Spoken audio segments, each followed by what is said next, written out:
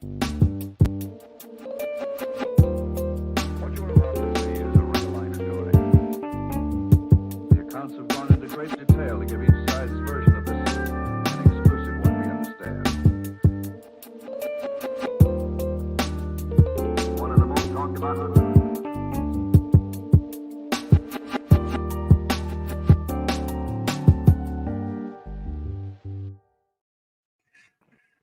Dan Warren, the hardest working man in ufology.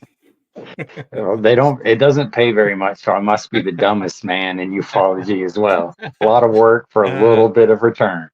No, I think you're one of the smartest too.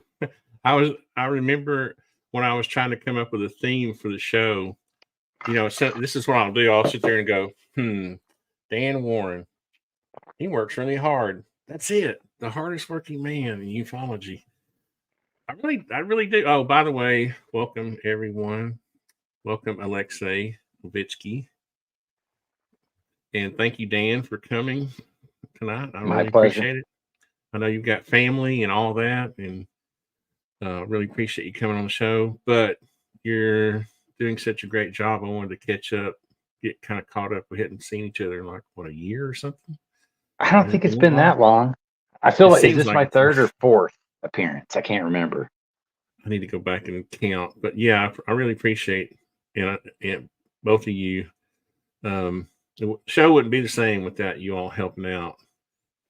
So how have you been? I mean, I was kind of wanting to get to catch up and see where you were now and what's going on. I mean, I kind of know what's going on because I watch your videos, but just a little update. And then I wanted to kind of get into a couple of subjects, if that's okay.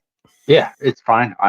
My video production is like the quantity has probably gone down because I've actually gotten a promotion lately. So that has really been a time suck for what I want to do, which is make more UFO related content and do more UFO related research. So it's been challenging to get videos out more so now than it has in the past. But it's like we were talking about before the show, it's fun for me to be involved in this topic. It's fun for me to make these videos. It's my creative outlet. It's something I'm passionate about. It's something I like to research. I tell people all the time, I never thought when I got into TikTok, it would make me read more, but I'm telling you right now, I read constantly because of the comparison I always make is it's one thing to understand something, but it's a whole different level to try to teach someone what you understand. So you have to do your due diligence whenever you make a video, especially when you present it in front of an audience like UFO Twitter that are going to pick out any flaws in your logic or your rationale or your facts. So you got to come correct with that. So it just makes you become a more diligent researcher to be able to turn around and try to educate people on the topic you're talking about. But it's all in fun. It's something I enjoy. Yeah, you almost have to, because if you're like me, that AdSense check is pretty small every month. Yeah. But you put out you're keeping a pretty decent schedule, though. I mean, that's my impression. I mean, you're doing at least one video a month or a week, right?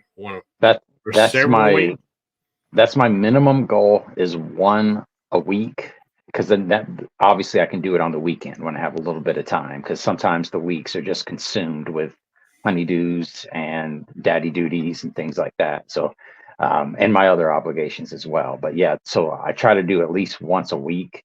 But then sometimes there's content or there's events that occur that are just so easy to make content about, because you can just kind of, your thought process is right there, and it's easy to make up a script for those types of events that occur because they present themselves well for that kind of content. Just doing a summary of what's been going on. Others are more time consuming because you have to really do research and really dig into the history of the subject to make it all make sense. That's one thing that impresses me about your videos is that, I mean, you seem to do a lot more research than a lot of us do when we're talking about I tend to go on to intuition a lot.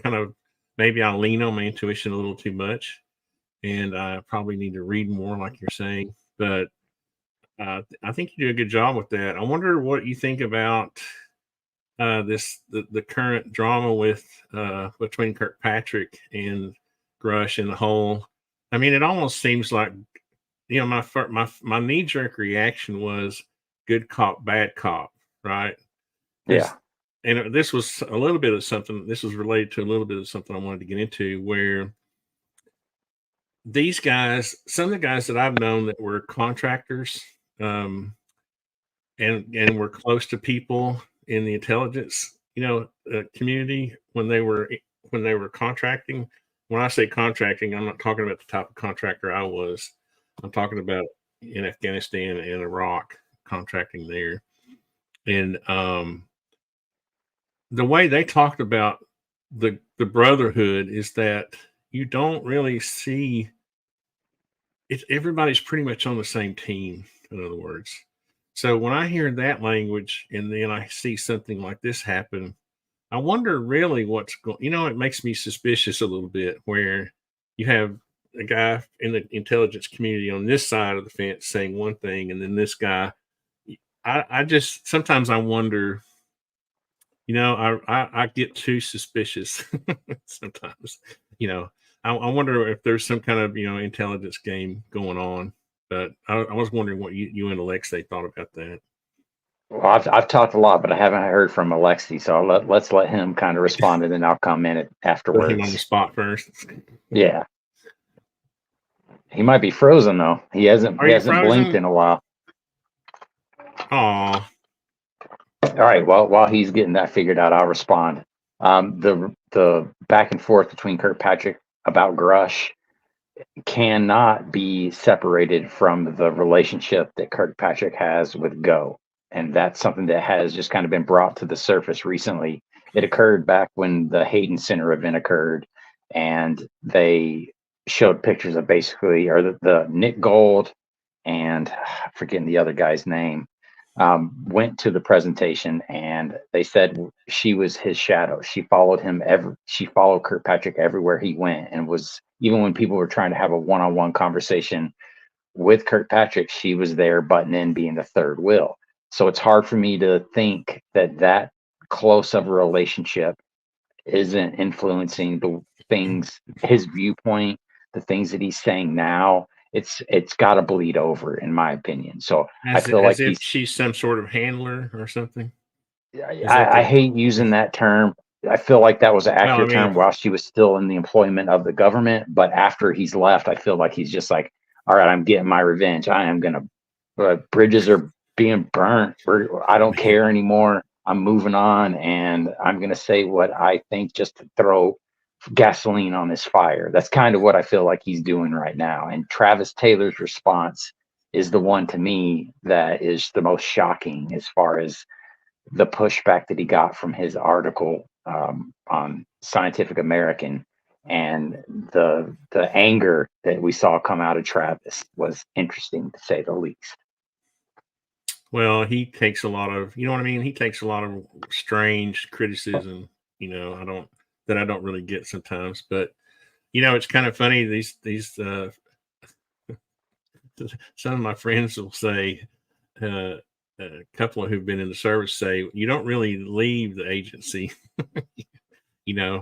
Well, that gets used against Lou. That gets used against Chris Mellon. They say once, whatever. Yeah. I forget what the term is. Once you're in, well, you're never out. Yeah, and so I don't. When I see the supposed infighting and well, I'm retired now, I can do this or that. Anyway, I'm just too suspicious, I guess. And it's kind of funny because sometimes I try to filter out a lot of my thoughts, because I don't want to be looked at as a conspiracy theorist, but at the same time, we are dealing with ex-CIA, and we're dealing with people who are admittedly in the intelligence community. So I don't know what you're supposed to think sometimes. Yeah, and then which ones, like Richard Doty was basically in that world as well, and now he's not in that world. But are we supposed to trust that guy? Like, I can't ever trust that guy. Like, it's there's just something weird about his smile. It's like whenever he does that little smile, it's like he's like, yeah, you know what I mean? I can't describe it really. It feels like he enjoys that manipulation game too much. for him to kick it. Like he did it for Right. so long. It's like a fish swimming. He's just used to doing it. It's just the way he performs in his element. And it makes me leery of anything that he says. But I mean, he could be peppering truth in there with with untruths, and we would never know. That's one of the things that I have a hard time with him about is I don't know what to believe and what to not believe with his words. So that leads up to one of the things I wanted to kind of talk about a little bit, which is a little bit nutty, but I was going to talk about it anyway. If you think it's too nutty, you just say, no, I'm not. I'm not into that kind of nuttiness. But I don't know if you saw my little short where there's a new AI service that it's called nvideo.ai, and you basically just, I mean, you can basically just give it a prompt, and it will scour the internet and create the content of the video and the audio. And my prompt was just literally one sentence. It was there's Alexei, let's get him back in. The prompt was literally collateral damage of intelligence activities. And I know it's really, I don't mean to be a strange person, and I know people actually, get, you know what I mean, die in that industry. So I'm not trying to make light of that, okay? But at the same time, it's intriguing to me. The whole game, the whole intelligence game is intriguing to me. So I don't want people to get my interest in that intrigue confused with, you know what I mean, nuttiness, because I Yeah. don't consider myself a nutty guy. Hey, Alexei, welcome back. Yeah. So let me just say what I'm getting at here. And I've said this, I've hinted to this before, but I think I'm just going to go ahead and get it out in the open now. This is one of the things that always comes to my mind because of some crazy intuition I have, is that I don't know what show this was. Maybe it was about a year ago. I said, maybe Lou and those guys are doing a job, and at some point in time down the road, years from now, we'll find out what the job was, and it was necessary. And at that point, we will all agree that it was probably necessary. In other words, I personally don't mind, and this is going to sound crazy. I don't mind if I'm used as just a person in the general public to receive propaganda from intelligence community, from the intelligence community, if it's truly a national security issue that is like some dire, like, we think there's an imminent attack on, that's, a nuclear attack or something like that. I wouldn't mind being like a party to what I'm calling collateral damage. Is just mental or psychological issues related to, I don't get, I'm not the type of person that lets that stuff bother me, but I know some people are bothered by like propaganda or misinformation. To me, I just call it intelligence activities because just the dissemination of information for purposes of getting a job done. That's the way I look at it. That's my fancy definition for propaganda or misinformation, or I'm not going to say counterintelligence because I really feel like that's something that is reserved for our enemies. So, do you see what I'm getting at? Do you Yeah. has that thought ever crossed your mind? Or Well, my thought might even take it another level above that is sometimes I question myself and my involvement in this community and this discussion, to where I feel like what I'm doing is for the good of humanity. Like I feel like if this is a legitimate interaction with a non-human intelligence, that positivity is going to come from it. But every now and then I doubt myself and I go, what if there are valid reasons why they've suppressed this information for so long, and I'm being the bad guy unknowingly by pushing on this issue to bring it out and bring it to the masses, when maybe the masses can't handle it and it's an overall negative for humanity. Like that's where the But I don't. duality of this situation Yeah, bothers me. It's like, what side of the sword am I on? I don't think. I don't think it matters how good of a job. Now, don't take this personally, okay? I don't think it matters how good of a job you do. I think it's good for us, and it helps people think through it, right? Because the intelligence community is not going to release anything that, like, you're not going to force the CIA to release information, right? You're just not going Correct. to. You're not going to.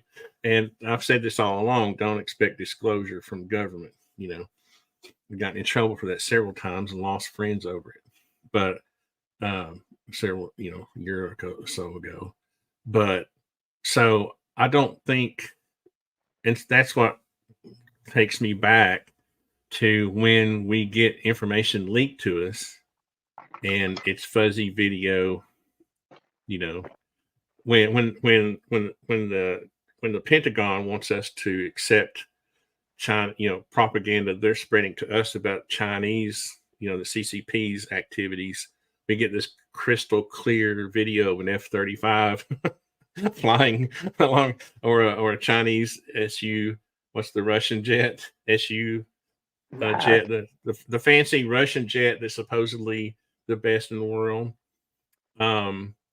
That clear video where you could read the serial numbers on the side of the jet, when they want to do that type of propaganda, we get those videos. But when otherwise we get fuzzy videos that cause us all to go insane and fight amongst ourselves and argue about whether they're balloons or not, so And there's sometimes that. we don't even get videos, except for 1 out of 4 balloons that they shot down. Like that one blows my mind that they didn't Right. ever release any additional information. We never got any additional information from the president's interagency task force that was put together to investigate this and provide recommendations going forward. We haven't heard anything from them. It's just like if they don't want it to come out, it doesn't come out. Yeah, and when we were interviewing Michael, I mispronounced his. Hey, Alexei, are you still there? I mispronounced his name the first time, so now is it Sinkowski? I know that's probably not right, but I've never tried to pronounce it on no. anyway, I think as a Southerner, we don't have that ability. it took me the longest to learn Alexei's name. I just got the notification, internet service outage for the next 2 hours. Oh no, are you on your phone? Yeah, I'm on my phone right now. I had to switch Yeah. over to the text. It actually looks pretty good though. That's really. not bad. Yeah. Yeah. Let me see if I can So try we were. this. I don't know if you were following us, but what was that? Oh, I know what I was going to say right quick about Michael. He was basically saying there were 2 or 3 other videos, right, of the jellyfish or whatever we're calling it. And I think it may be, I kind of joked in the interview, I was like, why didn't you guys go get on an M60 or something and try to take pot shots at it? I was kind of joking around. He kind of smirked. I don't remember exactly his response, but the gist of it was a little bit later, or maybe a minute later, was that there were other videos, right?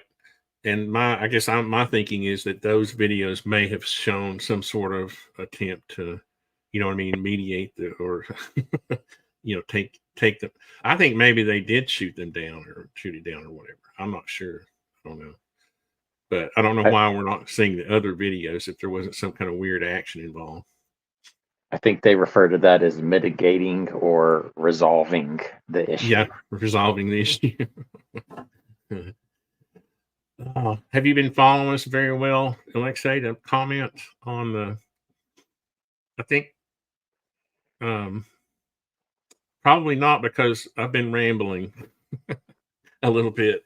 I'm just trying to get you all to think about, I don't know. There's definitely an operation in play, in my opinion, right? It's my opinion. And the people that are speaking are doing a job. And I don't think that a true disclosure will ever come from the government. Sorry if I sound pessimistic, but I mean, that's kind of where I'm at with it.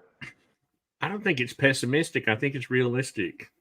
Yeah. You know, I mean, their entire job, the CIA's, their job is not to disseminate secrets to the American public. You know, that goes against their mission statement. So You know, I'll say that after the Soul Foundation conference that they had just recently, I think 2 months ago at this point, my perspective has fallen into alignment more with Alexei's and Tony's. Is I'm starting to see the value in these non-governmental entities getting involved in the investigation.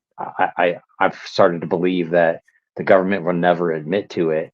They actually probably want someone else to bring the information to the public so that they can say, well, don't come and ask us, go ask those guys. They're the experts about all of this. We don't know nothing. So at that point, they can kind of push that off onto another organization and not have to air all their dirty laundry as far as what they've known for decades. At least I mean, try. here's been my experience. I'll be turning 62 in October. And my experience is that these kind of events bring about a lot of excitement and activity, and people just get tired, and it just goes back to sleep for a while until there's a need for it to come back. And then you get the leaks, the video leaks, and then the whole drama starts over again. These are the cycles that that I see us going through. So if I'm a little pessimistic, it's just because, since I was 12 years old, since I had my little thing, I've been interested in this, and you go through periods in your life where you think, oh, this is really exciting, and then life goes on, it goes back to sleep. And then here I am 62 years old, and I'm hearing about Roswell again. I'm hearing about it all over again, and somehow I'm supposed to expect disclosure from government. That's So one thing that I always agreed with Richard Dolan and Bryce Zabel about was when they wrote after disclosure that at some point there would be a tipping point reached to where the floodgates would have to be open because the public demand for the information would become overwhelming, and they would just force it out. And I thought that would have happened several times between 2017 and now, and it never has. Like, it's been a real shock to my thought process to realize how slowly this is actually going. I thought there would be a fight to get to a certain point. Then after that, it's just everybody would jump on board and it would come flooding out. But that hasn't happened. I think life gets in the way. People have families. It's like you have a career. You just got a promotion. You got to, you're trying to do the best you can to push your family forward. I mean, everybody's got, even, some people think this is a simulation. We still have to work in the simulation to survive. I don't think it's a simulation. I'm poking fun at people who think it is, because those people aren't. You never hear about the realities of life whenever people are saying that this is not real. It's not this reality isn't real. They're overlooking homeless people, people who are dying of cancer. You know what I mean? People who are in pain and suffering every day. Or the Middle Ages, or all the other periods of all the other civilizations that have risen and fallen. Cavemen. But life has been boring for a long time, boring and monotonous, hard and laborious for way longer than it's been easy and fun for us. Yeah. And technology, it's kind of funny. People cry about technology, but it's, where is most of our fun coming from now? Technology, but that kind of leads you segued pretty well into something I wanted to talk about too. I wanted to hear, are you okay, Alexei? Are you you're not frozen again, are you? Oh man. I hate that Alexei's having trouble. But I know what one of the things I was wanting to get your feedback on was the whole angels and demons things, because you and I are both Tennesseans, and we're part of the part of the Bible Belt. And I grew up in church, and my mother used to joke and say that I was in the nursery the Sunday after I was born. I was in the nursery at church, because she was at church every time the doors open. And so when you grow up in an atmosphere like that, you get to know the Bible and the Christian doctrine pretty well, because I was part of that scene until I was 20 years old. And poor Alexei. So I guess my knee-jerk reaction when people when they compare this phenomenon to angels and demons is that for some reason I almost I know this is a silly emotion, but I get offended a little bit because angels have always had a purpose, right? Every time, when you look at angels in the Bible, in the Christian doctrine, they're messengers from God, right? They've always had a specific purpose. They've always carried out a specific task. You don't see them just floating around, military bases or even, you know what I mean? Even demons you don't see just randomly hanging out. There's always a purpose. Demons are always tempting Jesus or somebody in the Bible. There's or tempting Eve with fruit or whatever.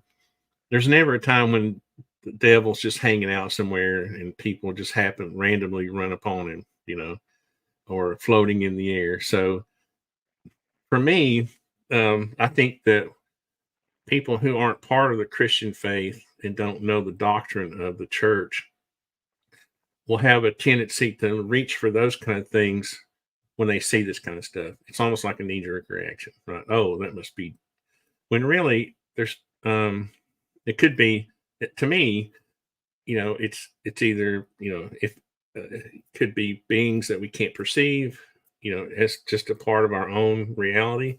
It could be anything, any part of God's creation, other than angel. You know what I mean? There's so many options out there, but we go right to, you know what I mean? It seems like that's like a go-to. And I don't know why I let that offend me, but I do. But I don't know what you think about that.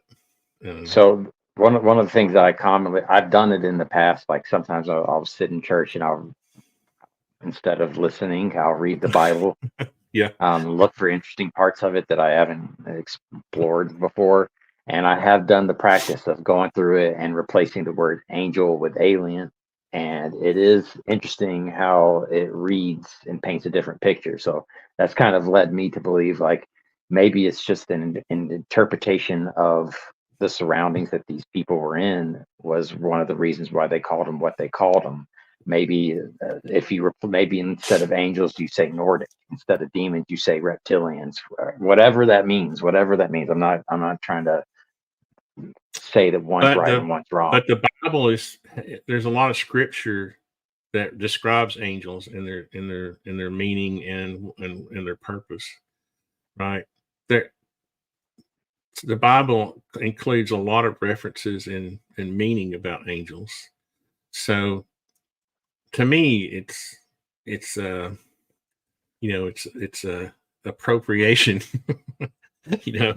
but I don't know. It led me to write a little paper for my blog on the PiFiShow.com. And I don't know. Again, I guess in a way also, because I've got children, you have children, right? Yeah. I don't want my kids confusing, propaganda or made up, demons with the Christian faith. In other words, you can't claim that the jellyfish is a demon if you don't even know what it is, right? And so, Yeah. So if you're going to, and so automatically you're just, it's not scientific right off the bat. We don't know what it is. We don't know, Mick West thinks it's balloons. I don't know about that. I don't I don't know. You know, I think it could be some sort of technology. You know, but I'm not going to assign a demon to it or an angel. You know, because I don't think it's scriptural, and I don't want my children thinking that demons or angels are just floating around randomly. It's So like the separation of church and space, basically, is what you're describing. or So, even state, or even yeah, because it is in close proximity to a military base. So this could have easily been some sort of Chinese technology trying to spy. I mean, good Lord, we just had how many Chinese spy balloons floating over our own country? Why could it have not been another form of spy technology or whatever? So I feel like what you're describing is the analogy of if you're a hammer, everything looks like a nail. Like if you're a Christian, everything looks like an angel or a demon, but it might not be. You gotta figure out what it is first before you hit it with a hammer. I just challenge people, if they want to believe in Christianity, to read the Bible. That's all I'm saying. If you're, so many people brag about being researchers. If you're going to do research, do, or at least pick the religion you're claiming that they're a demon of or whatever, and go study that religion. Don't assign your opinion to that without having knowledge about, because like you and I were talking about this, I think before, it, there's always a specific task or purpose for even as far as scripture is concerned. Demons are just fallen angels.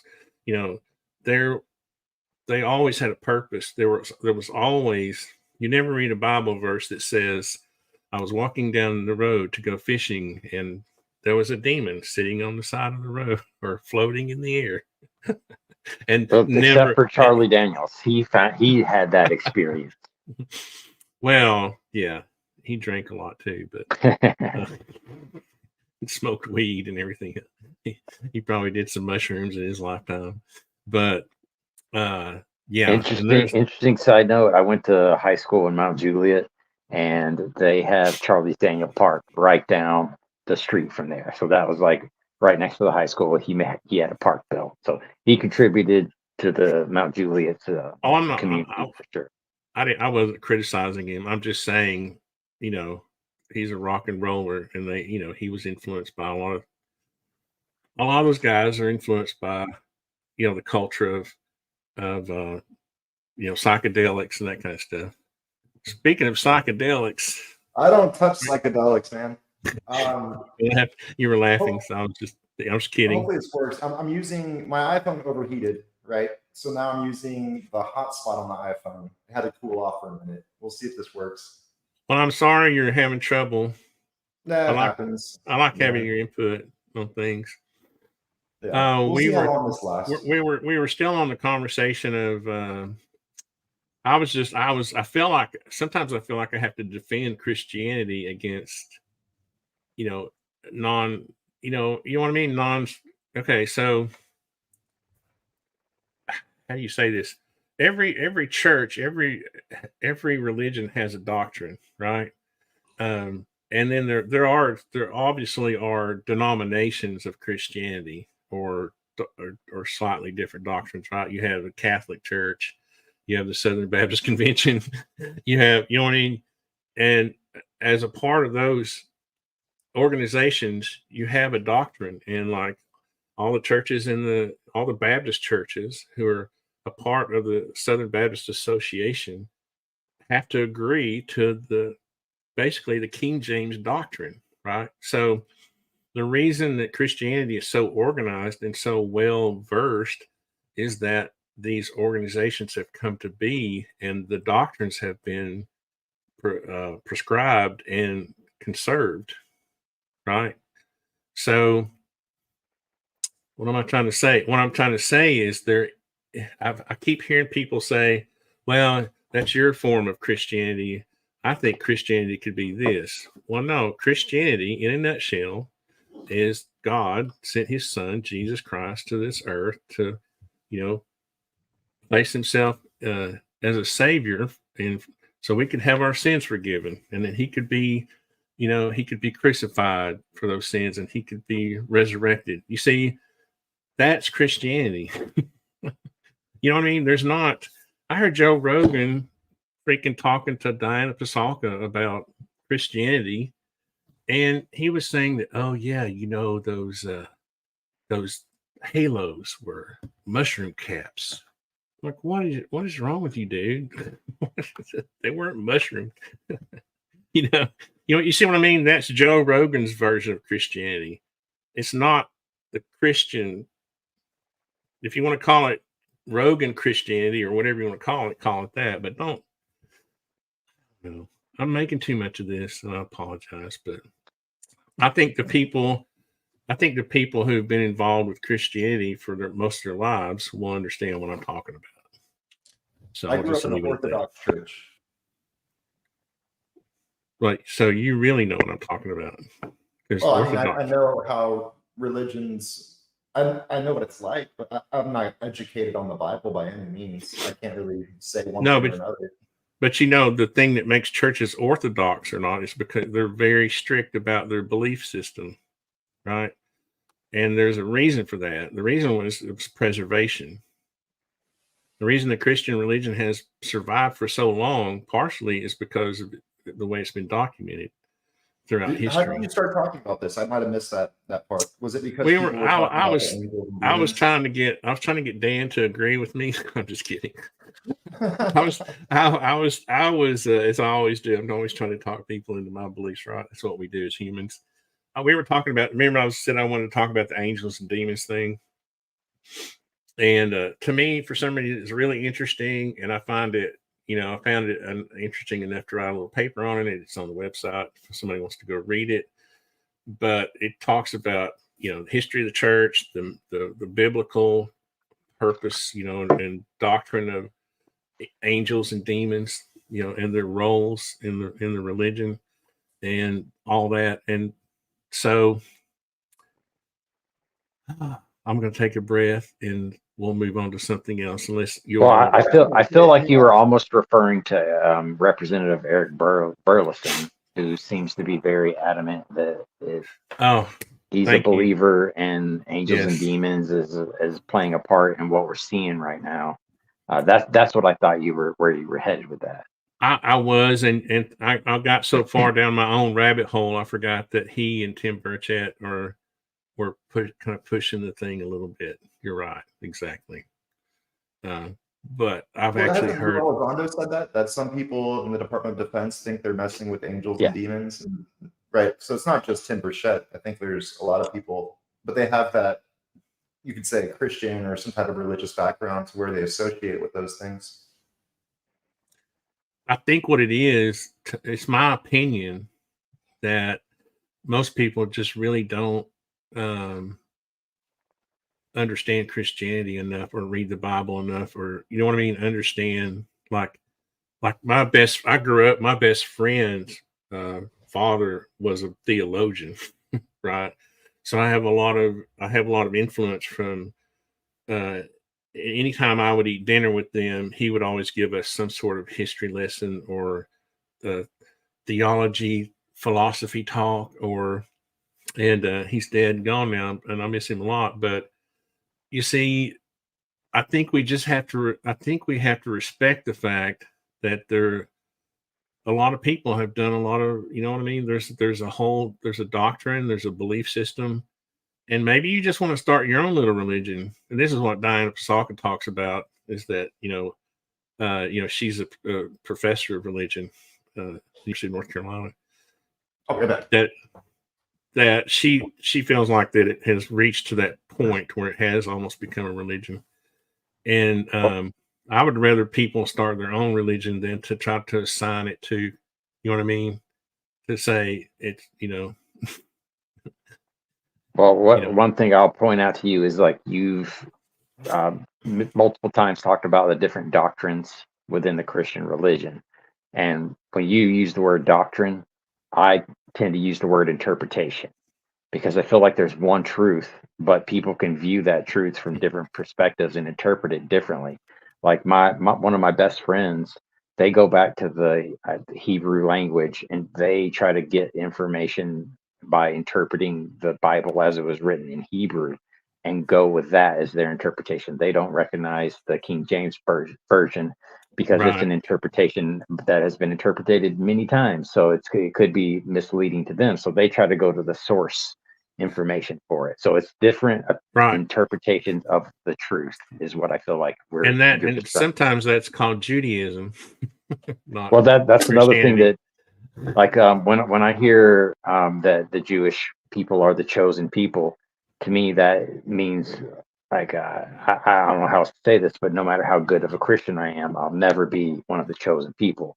I'll always be, I hate to say it this way, second fiddle to the Jewish people in God's eyes. So that's where it's like, well, maybe that's just an interpretation, because I do feel like everybody's created equal. It's not an interpretation, but it is scriptural, but it has a time frame assigned to it, right? You're talking about a time during the Bible, during those days where the Jewish people, like they are still now, under attack constantly. And, you had the Romans following them around, killing them. You had, you know what I mean? You had the Philistines following them Well, around, I'm trying to killing play them. devil's advocate a little bit. Like, And so, but let me say one more thing, right quick. The difference is, and this is what I was talking about, the doctrine is, the reason I mentioned the different denominations, like Catholicism or Christianity, or like the type of Christianity you see, the reason I mentioned the Southern Baptist Convention is because they have a doctrine. They've had their own theologians look at the Bible and decide that this is the doctrine of that church. You see what I mean? Might not be right, but that is the doctrine of that church, that group, that association. Just like Catholics have, Catholicism is the best example of this. If you're going to be a parish, you have to agree to the doctrine handed down by the Catholic Church, the Vatican, right? If not, you're not part of the, you see what I mean? Mhm. You see what I mean? So if you're going to claim to be a Catholic, then you don't go around saying that you believe in sacrificing small children. That's not part of the doctrine of the church. That's my only point. You see, and what people have done in history is decide what their doctrine is going to be and start their own religion. And all I'm saying is, if you're going to say that thing floating around a military base is a demon, start your own little sect and claim that is then make that your claim.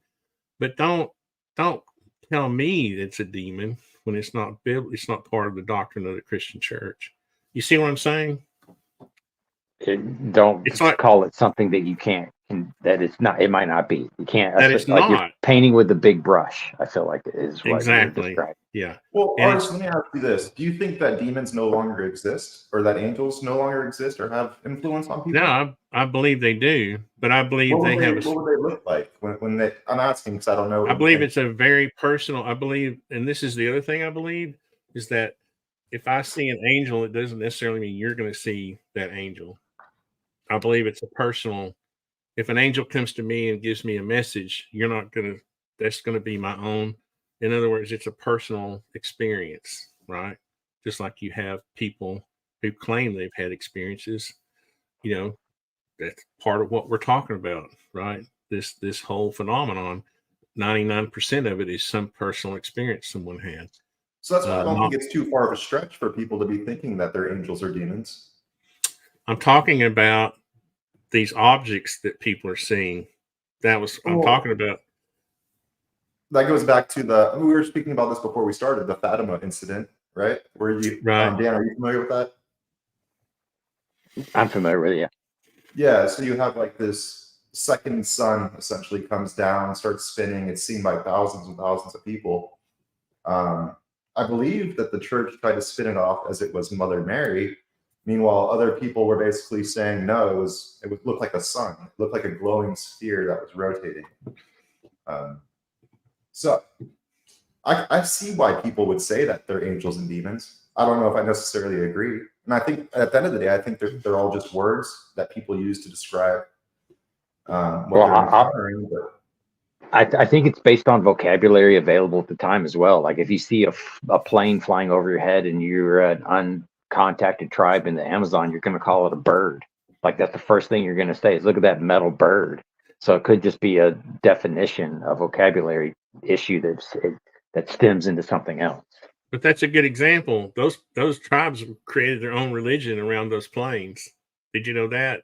They built their own. They built their own altars to that thing. And they created their own religion, and that's all I'm saying. They didn't say, "Hey, we're Christians. We think that's a demon."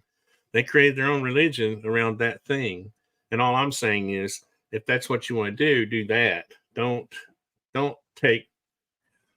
Well, isn't that what they're doing? Don't take the religion that I grew up with and tell me that floating balloons are demons. You see, that's all I'm saying. And I know I shouldn't be offended. I'm a grown man. I know I shouldn't be offended.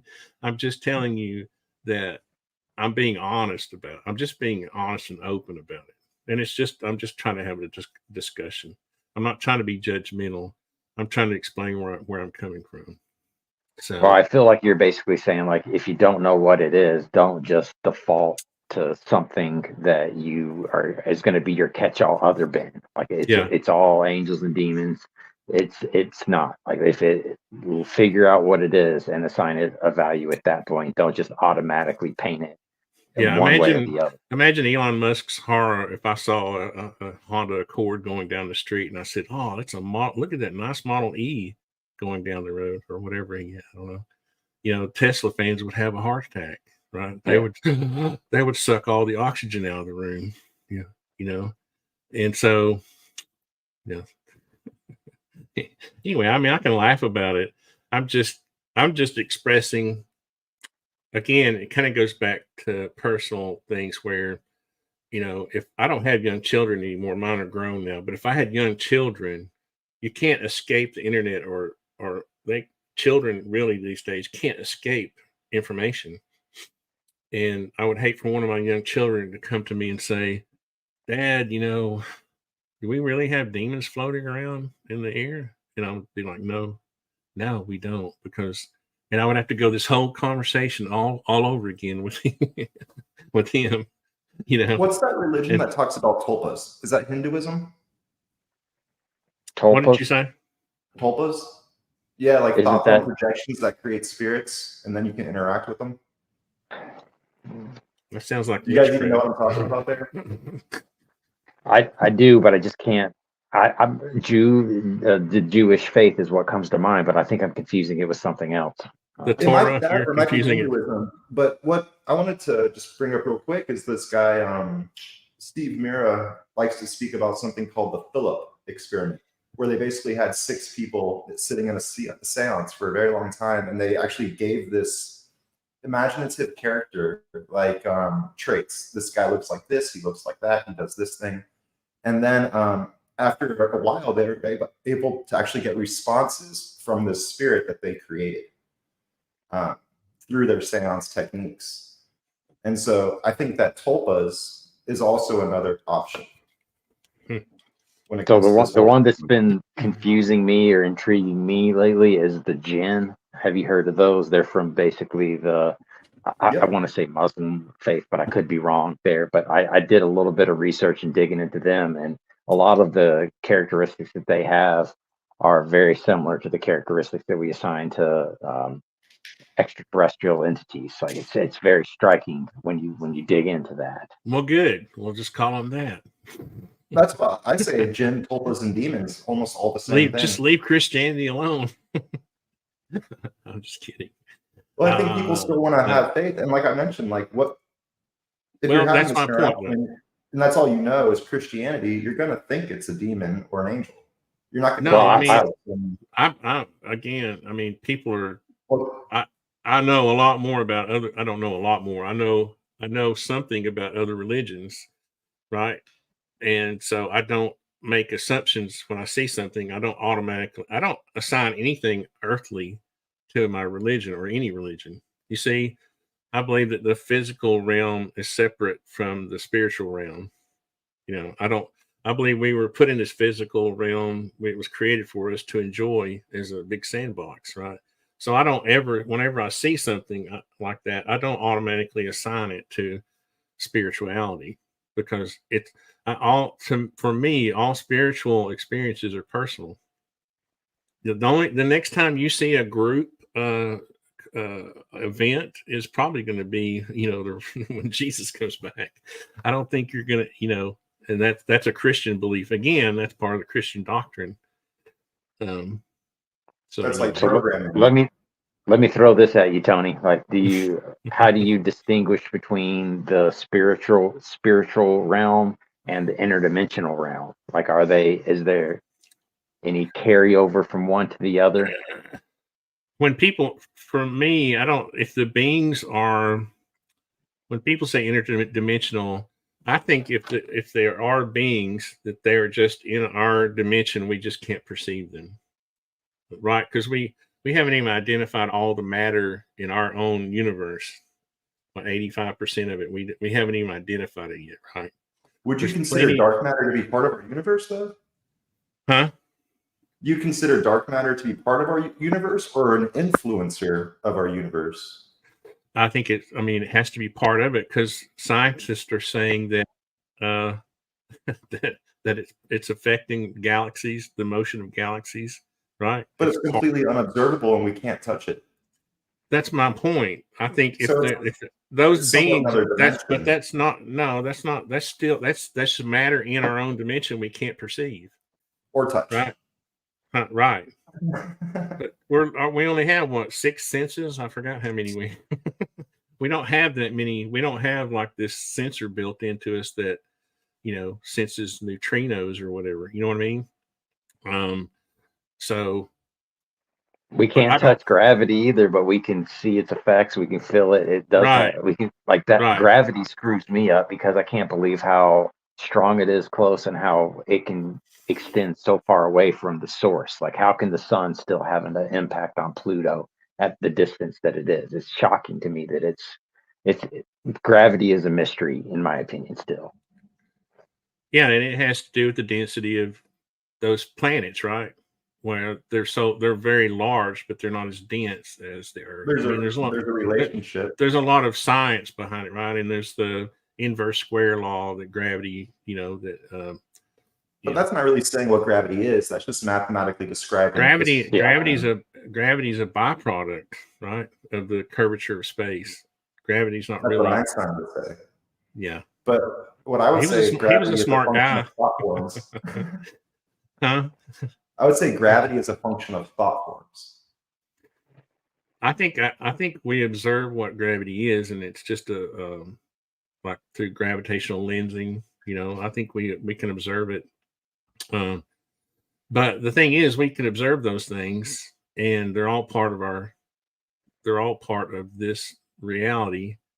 And I believe the reason we were given our consciousness is our only link, even though it may be minuscule link or a low, very low frequency link, that's our only link to the spiritual side of things. Everything else is physical.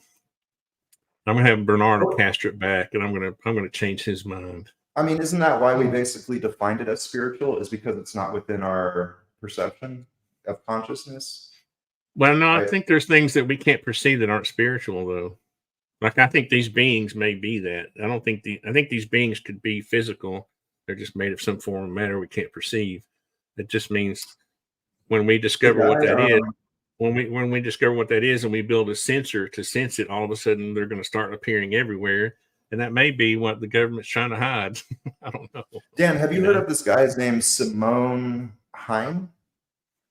I feel like Simon. I think I know who you're talking about. Yes. Basically, I think he wrote a book. It's called like Dark Matter Entities. So it's like beings that, like how we have our physical form. They basically have their physical form, but within dark matter. Yeah. I mean, why not? I guess is what I would say. Like if I feel like life is prominent more so than we realize throughout the But universe. it's Yeah. everywhere. It's filled every single nook and cranny of our planet. I wouldn't be surprised if it hasn't filled every nook and cranny of all dimensions of space-time as well. And it might be that part of matter we can't perceive is maybe part of what the government's trying to hide, or people, when Lou says things are somber, is that they've figured out a way to perceive, or not perceive, Well, but I'll take it back to even what I think it was the former head of CIA, John Brennan. I might get the wrong department thrown out there, but John Brennan went on the one podcast and said there's things flying around our skies, and he fumbled with his words a lot, that might resemble something that we may recognize as some form of life. So he basically gave us we don't know what it is. It seems to be alive, but we cannot put our finger on what it is. Well, and that's where the definition of life itself might need to be redefined. Because I remember when I was in undergraduate studies doing astrophysics, right? I had a class called ET life. And what is the definition of life? It's something that can reproduce, something that grows. And basically, the question came up, is fire a form of life itself? Because fire can reproduce, it grows, and needs to feed to survive. So it's fire, so like we might not recognize it as life. And the further we go from earthly bodies, like physical matter, the less likely we are to recognize something as life to begin with. Yeah. But at the same time, I think we need to hold life precious in that, the way I look at fire is a chemical reaction, or whatever. So are we chemical reactions? Human understanding, right? Right, but fire, I'm not sure fire has a consciousness, that it can, you know what I mean? It's so destructive. I don't, but that's the nice thing about breathing and reproducing and eating everything it can, just like a human does on Earth. So does that mean we shouldn't kill fire? We should just let it burn? Ban all fire extinguishers. I'm joking when I say this, but firefighters, man, they just go around killing fires all the time. They all need to be put in prison. Yeah. Yeah. We should have laws about what fire I can do. think that's why they strayed away from UFO and moved towards the terminology NHI. Is to get away from angels and demons, because we live in more of a materialistic scientific world now. And so to go around saying, hey, it's angels and demons, people are just going to think you're crazy. So like they use the term NHI. I'm not saying they're the same thing. I'm saying they might be the same thing. And the terminology today is NHI, right? Non-human intelligence. I think it needs to be something vague like that instead of something specific, because we don't know enough to assign a specific definition to it. We do. It is vague enough so that we need a vague definition, non-human, that we can all agree that we think it's non-human, but we don't all agree that they're angels and demons. So I think it's good that we have terminology that we can. The other part of the terminology is that, it's like this change from UFO to UAP to and even within UAP changing aerial to, anomalous. Part of that is so that I think is my little suspicious stuff is that every time the government creates a different term or an acronym, they can that's a way to kind of create confusion or just doubt, or send you off in another direction, or I don't know. That is conspiracy theory, so I'm going to drop that one.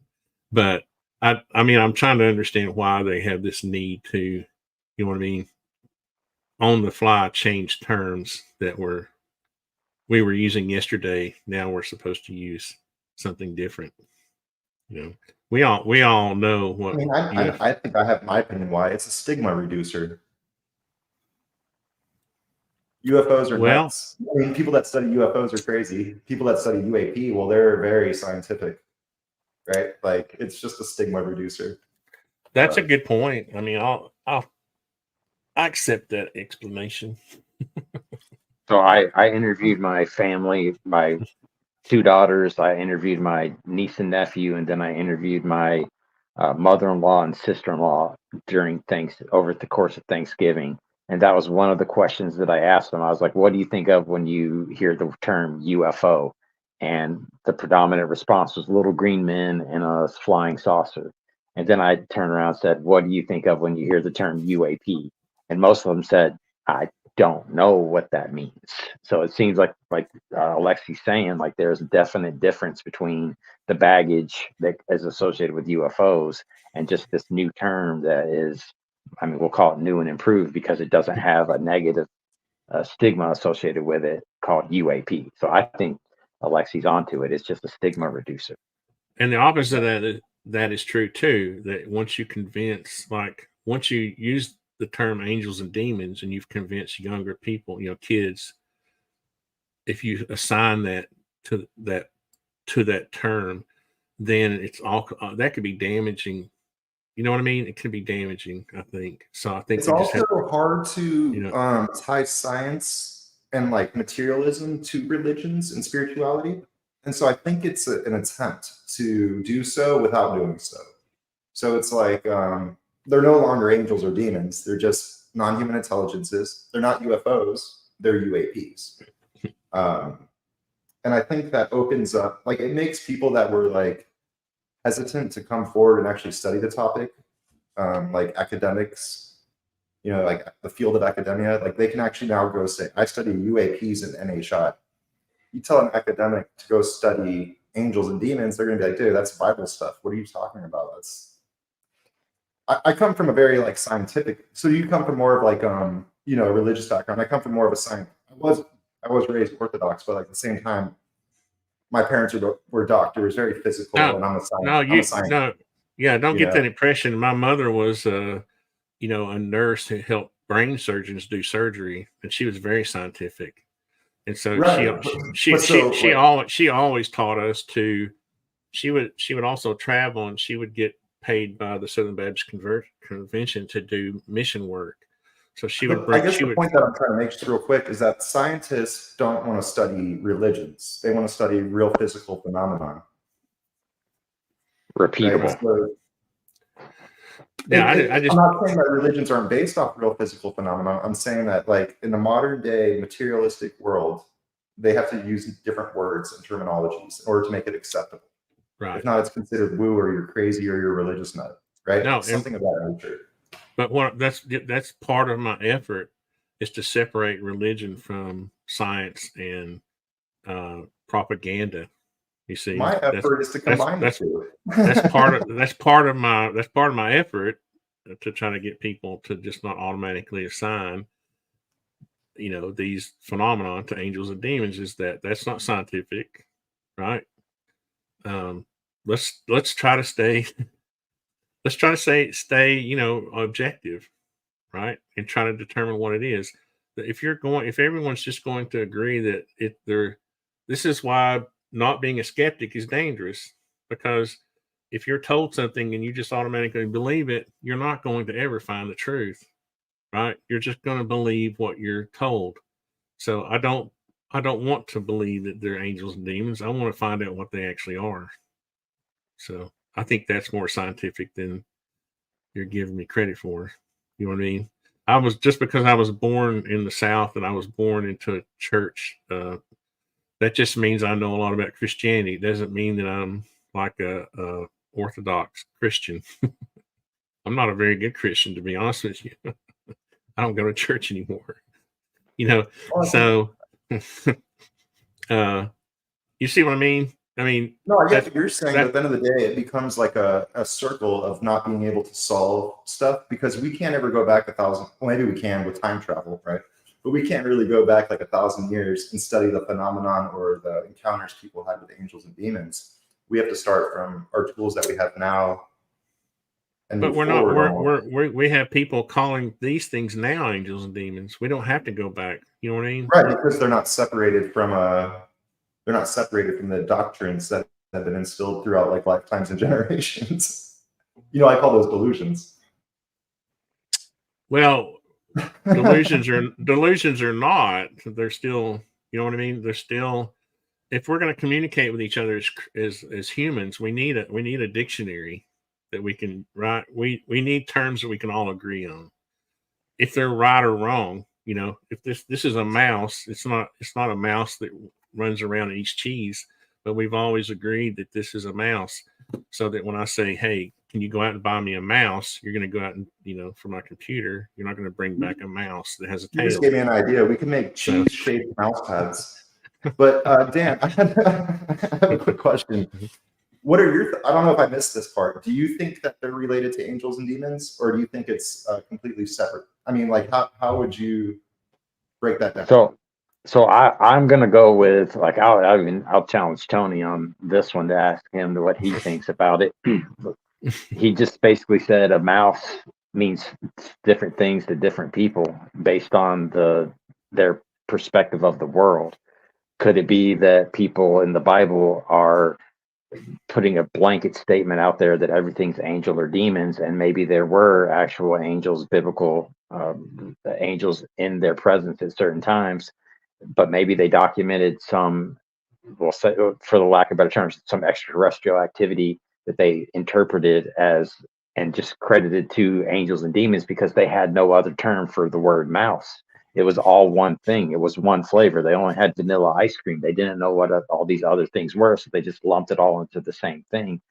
So my challenge to Tony, my question to Tony is there anything in the Bible that any of these phenomenal experiences that happened and were documented within the pages of the Bible that you would say have all the hallmarks of a orb or a UFO or an extraterrestrial encounter or something that we would say that's separate, but they interpreted it and the only thing they knew to assign it to was a interaction with an angel or a demon?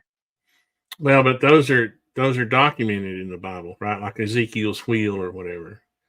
But the thing about Ezekiel's wheel is that people leave out part of the experience, right? They talk about the wheel and the lights, but the Bible actually calls those, I think they're eyeballs or whatever. They're not lights. And it also talks about there were these beasts that were part of the vision too, right? It was like an oxen with the head of a lion or something. There's a lot more to that. Yeah, there's a lot more to that event than but what humans want to do is pick out the part they like and say that was a UFO. You see what I mean? So yeah, so earlier we talked about fire. It has to be fed, but then there was the burning bush that wasn't being consumed.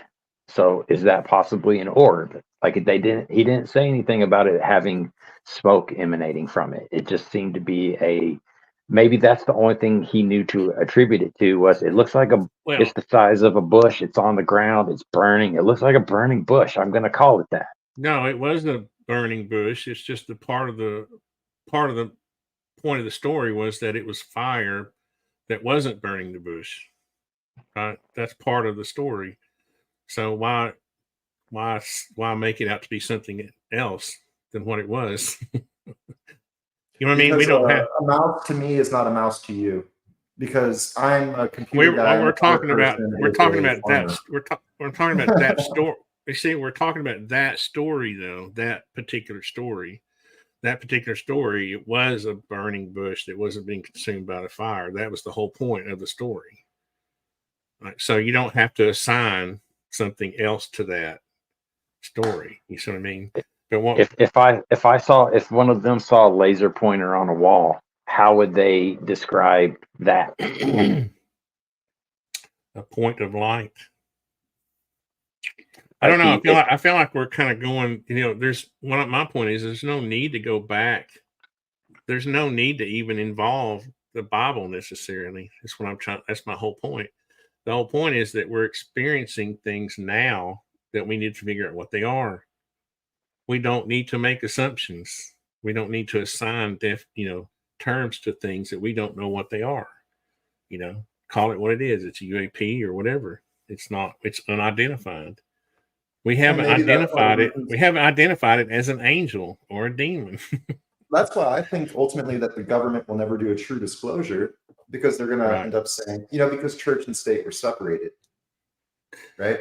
And so now, like when you combine church and state, now you've got a weird thing going Well, it could be that the government knows their drones or something, or our own technology, or it's Chinese technology. It could be anything, right? That's the whole point. We don't know, but we don't. That I'm not going that's to definitely assign. one of the frustrating things about this topic to me is anyone can go with the default. Well, the military is 30 to 50 years ahead of us at all times. So just imagine what they've got. Like it's hard to come back against that argument because I mean I'm sure they can do some phenomenal things. It's always hard to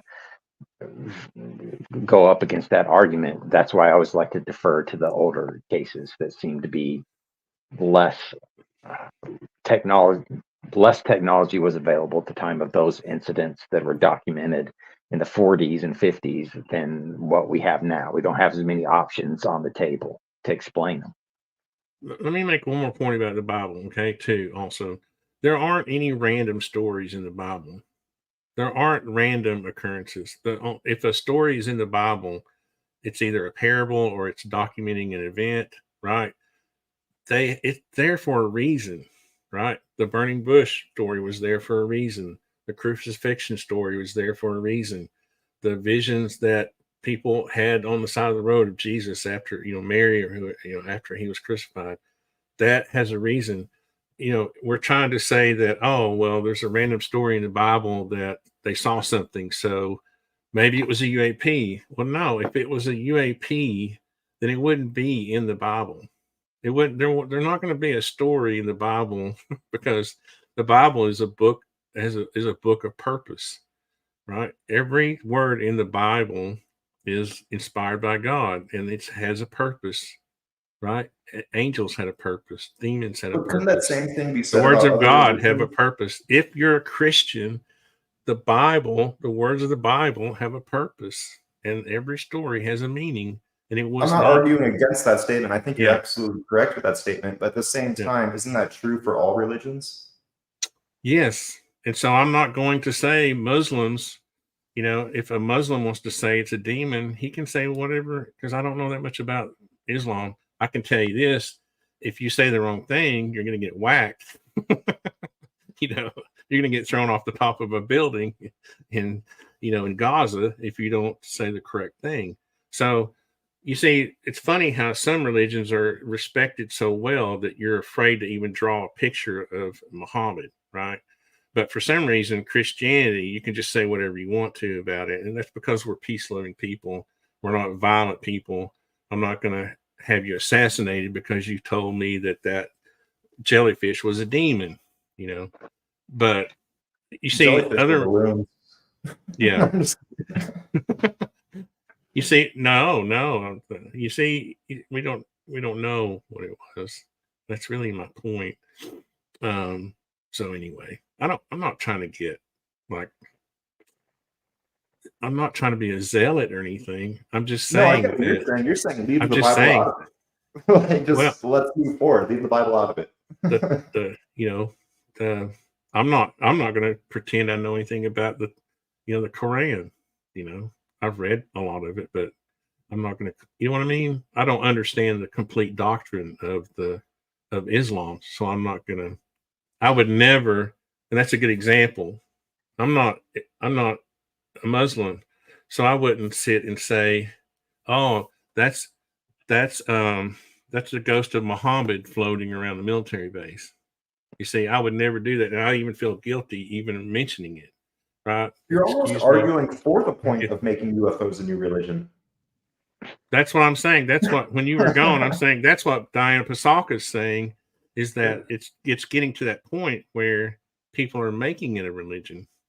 And all I'm saying is go ahead, make your own religion. Don't mess with Christian, I hate the concept of that just because I don't feel like you have to believe in fact. Like it is what it is. Like if there's something to this UFO craziness that we're dealing with, there's something to it. It doesn't require belief. It's there. It's fact.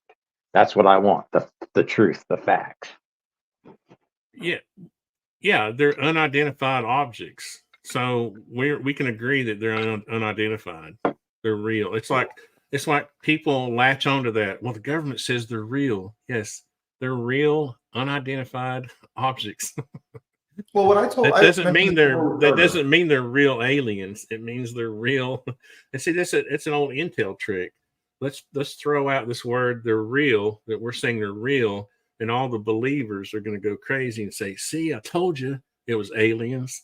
That's not what they said. That's not what the government said. So, anyway. Well, we were talking about this before we started, how I had my experience when I was like 10, and I've kind of been interacting with the phenomenon, you could say, for a very long time. And like 8 years ago, basically, one of my good friends was like, "You're messing with a demon." And he got like, really serious about it. And I was like, it's never done anything negative in any way. Always given me positive advice, encouragement, and guidance. And like, for me, it was like something that brought me back to my center. So if anything, it's more of like an angel, not a demon, right? But for him, since I was communicating with, in my opinion, communicating with like this intelligence, he was like, "You're messing with demons, man." And he got like really passionate about it, But he grew up, he read the Bible, he was a preacher, you know.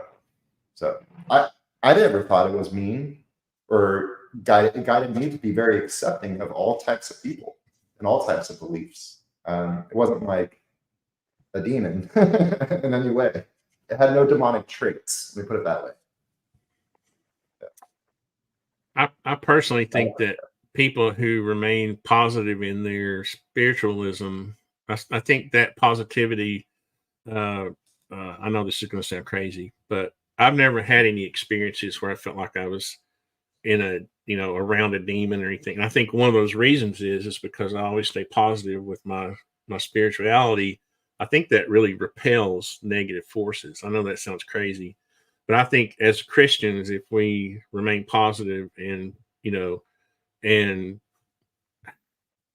not happy, but if we if we remain cheerful about our religion, that actually helps repel that. And I've talked with you about this before, Alexei. Whenever I was trying to discover the phenomenon and I was doing this heavy meditation and I was getting to that point where I felt like it was getting kind of weird, that's when I was having those weird hallucinations where I felt like I was moving away from spirituality into almost like a dark side. That's when I was seeing those hallucinations of the legged beings, and I would jump out of bed and my wife would, she decided to leave me. I feel you there. Huh? What's that? No, So I've been called a witch, a shaman, Yeah. an alien. Those are all my ex-girlfriend's words, like throughout my life.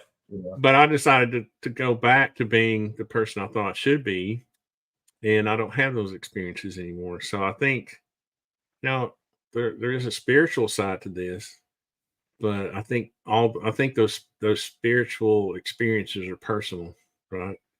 But anyway, I don't want to get, I'm not here to preach to people. I'm not being preachy. I just wanted to bring up the subject and see what you all thought about it. Did you guys already talk about how Dan's kids threw soup in his face? Yeah. No, awesome. I thought that was like one of the funniest things I've seen in such a long time. Like that was perfect. And I like I'll tell you what, the humor, the lightheartedness with your work. I think that's awesome. The throwing of the soup took mere seconds. The cleaning up of the soup, to my wife's standards, took about 30 minutes to an hour, I'd say. It took a long time. So yeah, it was fun to do, though. It was a good experience. My kids remember it. I'll tell you right now, though, I caught so much flack when I first made that video because people were mad at me for wasting food. I was like, it's a 50-cent can of tomato soup. Like, it's not what it doesn't feel like food waste if it's just a can of tomato soup. But I did offend people with that. I just thought it was hilarious. That's silly. That thought never crossed my mind. My thought was, isn't it kind of cool how you involved your kids in the the making? Because when my kids were younger, they were in my videos a lot, and I go back now and watch those, and it's just awesome because now they're grown. Oh yeah. And it's great to have your kids involved with your hobby like that. So when COVID first started, right before it got going, I started trying to figure out how to record audio and do things. So I was like, well, I'll just start by talking to my kids basically. So I made a podcast called Daddy Daughter Discussions. And so they were little kids at the time, and we made probably 6 or 7 episodes where we just discussed topics, and I did all the research into it, of course, and then we just kind of asked them their opinion on things. We did intermissions in the middle where we made fake commercials, but I pretended we're my sponsors. So we Yeah. did like a whole bunch of skits basically. But like I can go back now and listen to them talk, and it is like a completely different human then than it is now that I encounter every day. Like they've aged about 4 years since I started making those. So just the difference in 4 years, I'm just so glad I documented that time of their life because I have like something I can go back to and listen to them and their voices again. But yeah, just like you're saying, they're in my Wilson Davis document recreation. They're in some of the Office when he beats up the Office movie when he beats up the printer. Like my kids were in it with me to do that one. So we did all kinds of fun little things that I'm going to be able to look back on in the future. So I'm actually I bought the first issue of the UFO flying saucer comic book from Golden Key. It came out in 1968, and I've talked my wife and my kids into helping me do voiceovers so that we can go through some because they basically go over like the Washington D.C. flyover, the Socorro, Mexico case, and they put it in a comic book uh, version, a spin on it. Well, they're going to help me do the little voiceover, so I'm going to be able to recreate those for my upcoming videos and just show people like here's what they were thinking about in 1968. But my kids are going to help us, so that should be fun and frustrating, I'm sure. Yeah, I used That's to really get in cool. trouble. I used to get into trouble a little bit because I was, we've always been into, firearms and stuff, and I would take a lot of heat for having, the boys shooting in videos. This was like 12, 15 years ago or whatever. But one of my most fun videos is where Alex is first time shooting a BB gun, and he's shooting a can of shaving cream, and he goes spinning around. And I don't know that for some reason that video's got like 500,000 views. I don't know, but and people are always commenting on it. But yeah, it's awesome, and they grow up really fast. They grow up super, super fast. Barrett is I've made a lot of shorts with 33. my nephews. I don't Yeah. have kids of my own, but I've got nephews and nieces, and so like I go bow fishing with them. So they have like a crossbow. We're on a boat and we're like shooting at stuff, and so it's like him shooting the fish, catching it, us cooking it, and him taking a bite and being like, yeah, stuff like that.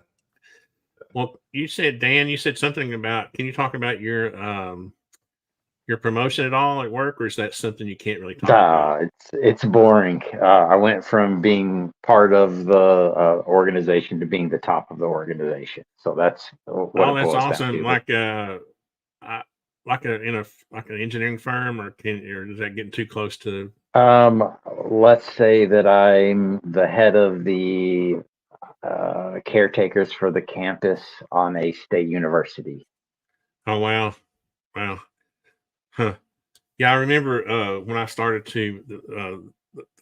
the partners in this architecture firm I worked at. I guess it was 20-something years ago. When they got wind I wanted to start Artisan Construction, a design build company, they started giving me like they made me an associate of the firm, and they were trying, they'll try to keep people like that. And I remember those kind of days. It's nice when your company recognizes the good work you're doing, and I think that's awesome. At the same time, it's pretty funny when they only offer you the raise when you quit. Like, they're like, actually, we really want you. You add a lot of value. I've come across that.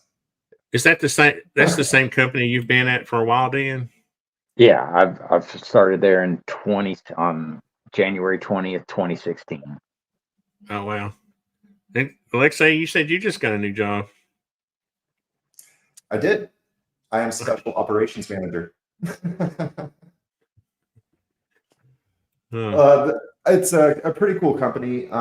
So I've done a lot of random engineering projects, but this guy basically owns a lot of different companies, and like he's like, okay, I need help, you know.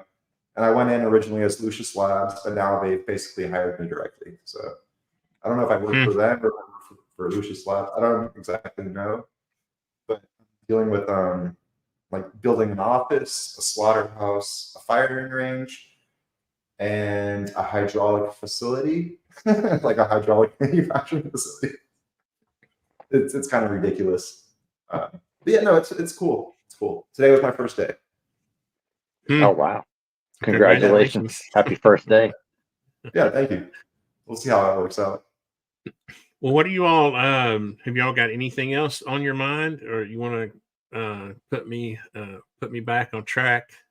Well, I like the whole UFO angel and demon concept. For me, they're highly related. I'm just going to leave it at that. You know? All right. I'll say this. I interviewed Representative Ogles out of Columbia, like he's the 5th district. And the last question I asked him is the last question I'll ask you guys. Representative Luna came out of the classified briefing with the ICIG, and she said something very specific. She said, pay attention to the words that David Grush has spoken. And in particular, she mentioned interdimensional. So if you had to pick one word for us to focus on that David Grush has brought to the forefront, what word would you choose? That's where all my work has taken me. I've literally written 9 books on it, and it goes through the interdimensional aspect of the human body itself, because the human body is interdimensional when you consider all the different conscious harmonics that exist within our mind and the different states we can achieve, meaning delta through fast gamma. And we're only really perceiving our physical universe when we're on alpha and beta states. And so what's the difference between an alpha wave and a delta wave, or an alpha wave and a theta wave? It's size and rotation. And so if you think about a vortex of infinity, maybe God or the creator spoke it into existence.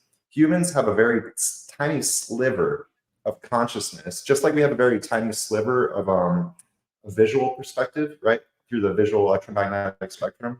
Same with the acoustic spectrum. Our brains only have delta through fast gamma, which is also a very tiny sliver. And we only perceive the physical universe when we're in alpha and beta. So where are we when we're in delta and theta? Where are we when we are in fast gamma? I think that they're all layers of creation that exist within superposition. And based off of your maximum conscious harmonic, it's like a radio, changing channels through the different dimensional layers. And so how can you harmonize 2 different layers? Well, you do that through a magnetic vortex with the proper ratio. That will either stretch space and twist it or crunch space and twist it. And so now where are all these UFO phenomenons happening? Well, they're happening at the positive magnetic anomalies on the Earth itself, meaning that there's an expansion of space-time. So I was in another private meeting before, and so where are all these beings coming from? I've spoken about my interdimensional telescope with this dude, and he was like, why would you ever want to look into the less dense realms? The problem is the denser realms of creation, meaning the energetic fields that exist inward, right? Which is basically slow gamma, fast gamma, as far as our awareness. And that also relates to tulpas, jinn, and demon, because they exist within those denser realms that are a creation of our pacing motions, meaning our stillness creates the habitats for these denser vibrations. And that's why I brought up the concept of the tulpa earlier. Because I really do think that a lot of them are man-made, as in through spirituality, you can create non-human intelligences. I know that's a little out there, but that's where my work has taken me. I'm going to try to answer the question by quoting something Eric Weinstein said, and that is that, I guess you all know, Eric Weinstein is. He said that there aren't enough of his type involved with the phenomenon. And the reason I bring that up is because I don't think that necessarily, I don't know who these people are who convinced Grush that the extra dimensions are just theories at this point, right? We don't have, and this kind of goes back to, I guess, terminology or whatever, or factual, a factual basis, because we don't know, we can't possibly know if they're interdimensional or not. That's why I lean more towards, if there's something that we sort of, it's fuzzy and it's not really there, but it's there, that it's just something we can't perceive in our own dimension, our own reality, right? That's why I lean more towards that, because we don't have any science that says there's 3, 4, 5. Well, everybody kind of agrees that we have 3 dimensions and 1 is time, 4 is time, but we don't know for sure, right? We can't experimentally prove that there's more than 4 or whatever.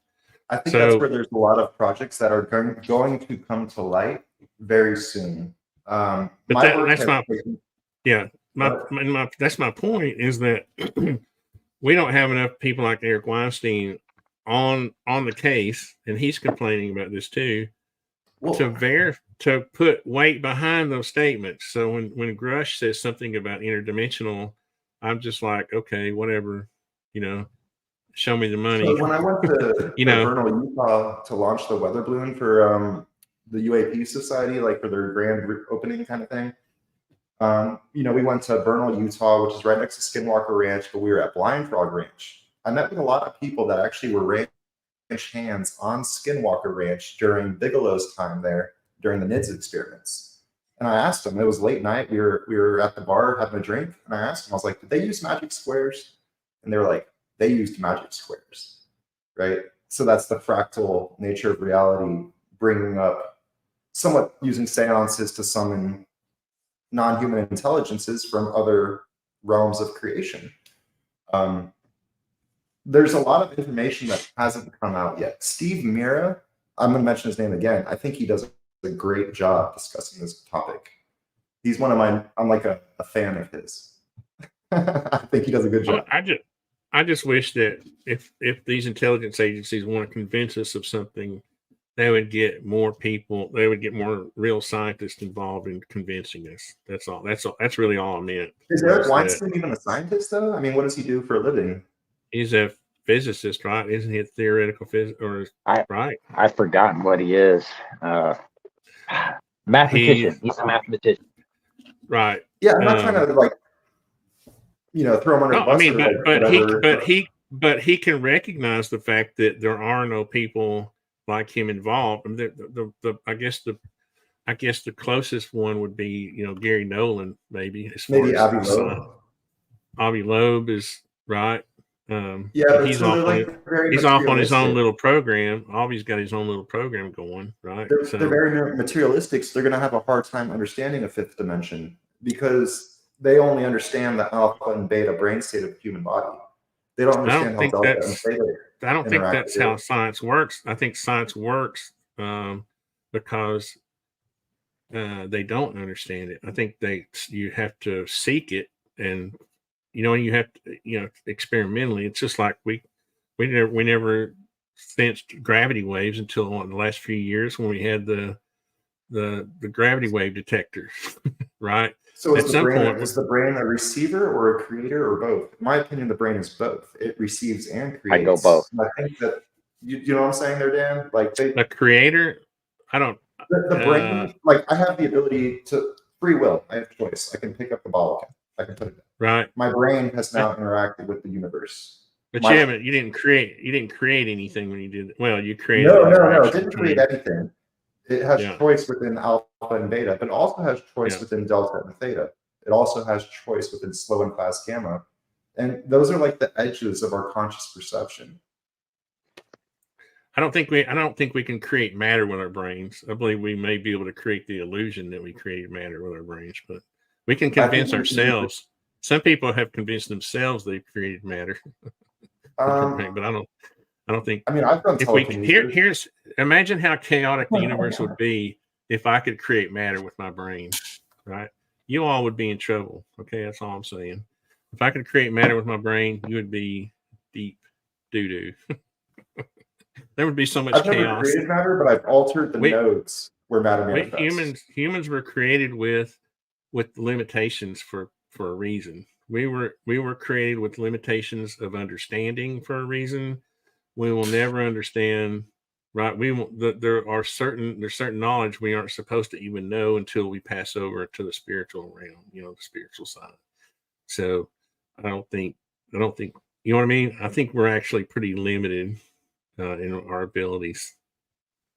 So that's why I don't get excited about disclosure, because I don't think we're ever going to know the actual truth. The truth is beyond our reach, I think.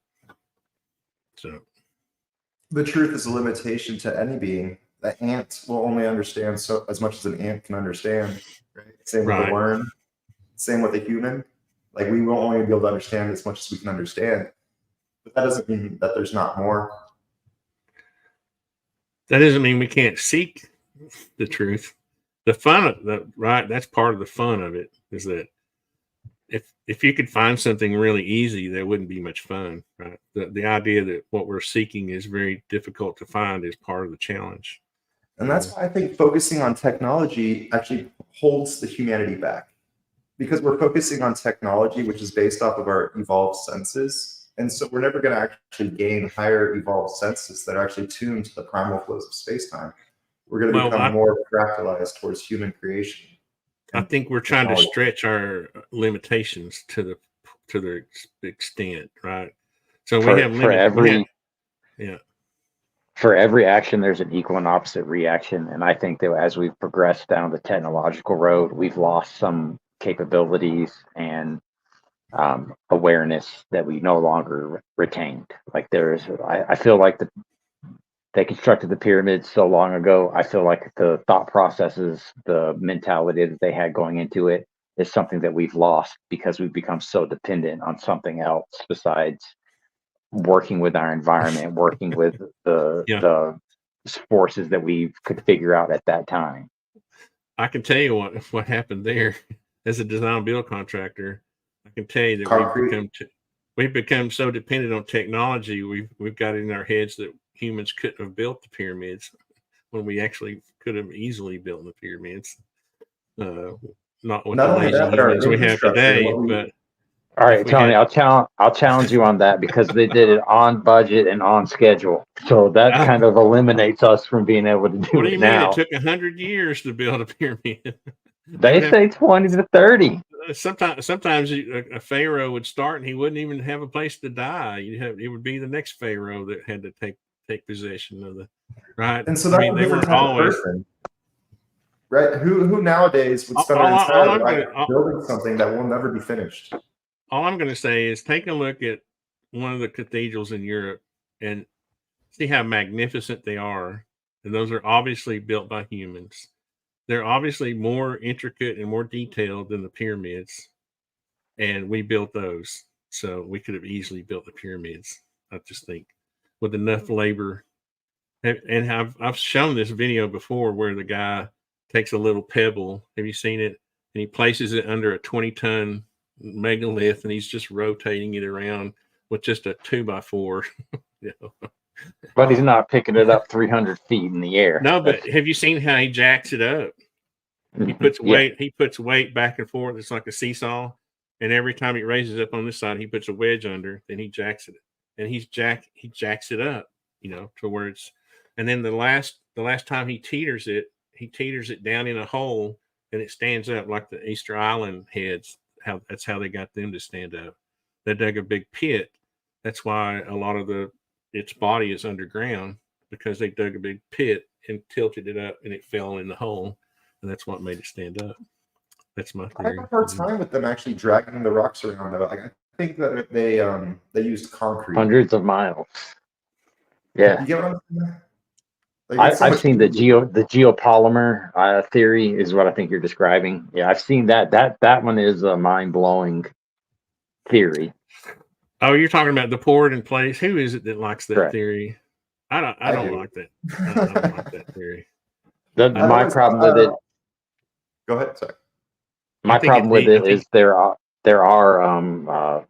seashells in the mix, like fully. And if they had pulverized it, there wouldn't have been any of that left. Like it seems like it's a natural form stone that's on the pyramids, and it couldn't have been pulverized and then reconstituted. Is my understanding of it. The thing But hey, about it guys, is, I got to get going here soon. So oh no, yeah, okay. I was gonna say, wait just a second. Don't leave right away.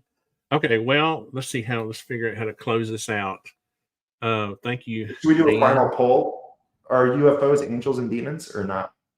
Artisan, what do you think? Thumbs down.